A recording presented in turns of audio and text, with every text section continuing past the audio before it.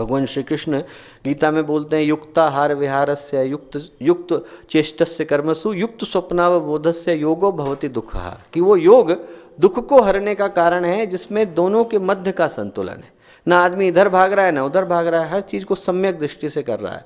ना अपने आप को इतना ज्यादा कष्ट दे रहा है कि आदमी सूख करके कृश होने लग जाए, और ना इतना ज्यादा भोगों में आ सकते है कि आदमी खाने ही खाने में लगा हुआ है।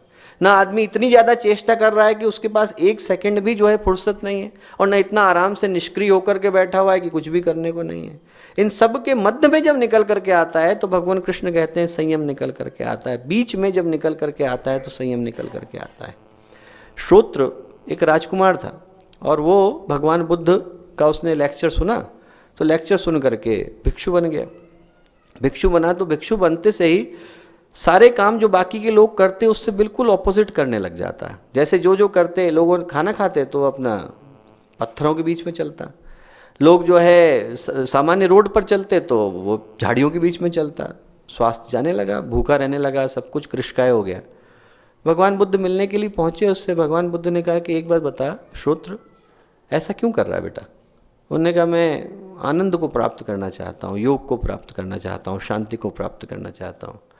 भगवान बुद्ध बोले एक बात बता श्रोत्र, कि जब तू राजकुमार था तब तू वीणा बहुत अच्छी बजाता था। उन्होंने कहा हाँ प्रभु। बोले वीणा अच्छी बजाता था, यदि वीणा के तार कसे हुए होंगे तो क्या होगा? उन्होंने कहा कसे होंगे तो कोई संगीत निकल करके नहीं आएगा प्रभु। बोले ढीले होंगे तो? बोले तब भी कोई संगीत नहीं आएगा। बोले वीणा में संगीत आने के लिए वीणा के तारों का सम्यक रूप से कसा हुआ न जरूरी है, न ज़्यादा टाइट हो न ज़्यादा ढीले हो। जीवन के साथ भी यही है। भगवान बुद्ध बोले जीवन में यदि तुम्हें संगीत चाहिए, जीवन में योग चाहिए, तो न जीवन को ज़्यादा टाइट करने की आवश्यकता है और न ढीला छोड़ने की आवश्यकता है।